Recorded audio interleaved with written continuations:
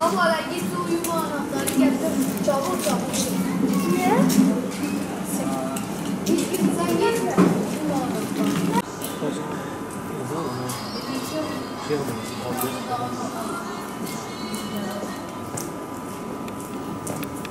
Bu taraftan geç. Bu taraftan geç. He, koş.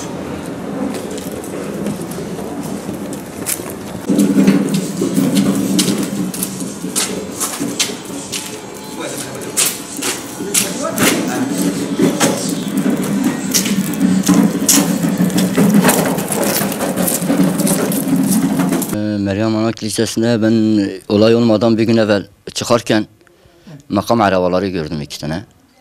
Oradaki bir arkadaşa sordum, hayırdır hani dedi, belediye başkanları gelmiş kiliseye, Meryem Ana Kilisesi'ne. O ana kadar da bir şey yoktu zaten, mahallede ne bir hendek vardı ne bir kimse vardı. Gece 11'den sonra bunlar gittikten sonra, belediye başkanları gittikten sonra 11'den sonra hendekler yapılmaya başladı.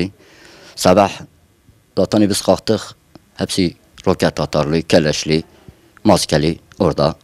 İşte evinizi götürmeyin, eşyanızı götürmeyin, hendekler yüksek. Biz eşyalarımızı bir kısmını, beyaz eşyaları bir kısmını götürdük. İşte gelmeyin, gitmeyin, yasaktır. Biz de işte can havlisini artık kurtaracağımızı kurtardık. Götürdük, bıraktık yerine, tekrar geri döndük. Diğer eşyaları almaya bırakmadılar.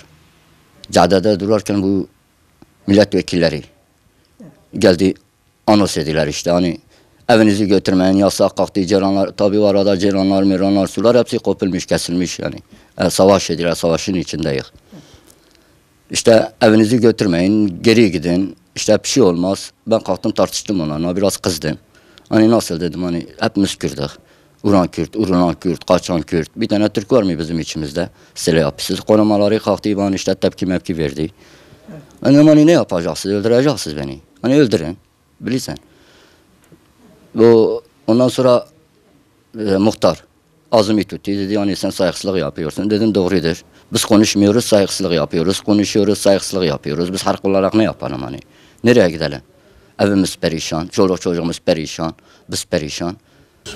Onlar tepki hesaplarına gitmiyor. Hesaplarına gelmiyor tepki. Tepki de gösteremiyoruz. Millet korku tepki de gösterir. Yani %2, %1 ya tepki gösteriyor ya göstereni de kızılar, caz yapıyorlar. Yok keseriz, yok biçeriz. Yani biz öyle karşılaşıyoruz. Yani öyle güler yüzlü kimseyle karşılaşmamışız. Evimizde bir şey yok. Dışarıda kalmışız. Çoluk çocuk hepsi dışarıda. Yani ben tek değil. Vatandaş komple, sürücü komple. Şimdi belediye bana parmağını yoksa ne işi var kilisede? Akşam, gündüz kiliseye geliyor, akşam bu mevziler oluyor. Hani demek ki parmağı var ki bu mevziler oluyor. Parmağı olmasa ya şimdiye kadar da basmışlar tetike. O gelip gittikten sonra bunlar basit tetike. Orada da bir ton cephane yakalandı zaten. Bunu papaz kendisi de konuştu. Televizyonlar da söyledi. 40 gündür, 30-40 gündür orada barınıyor. Mesela haberimiz yok. İlla ki var.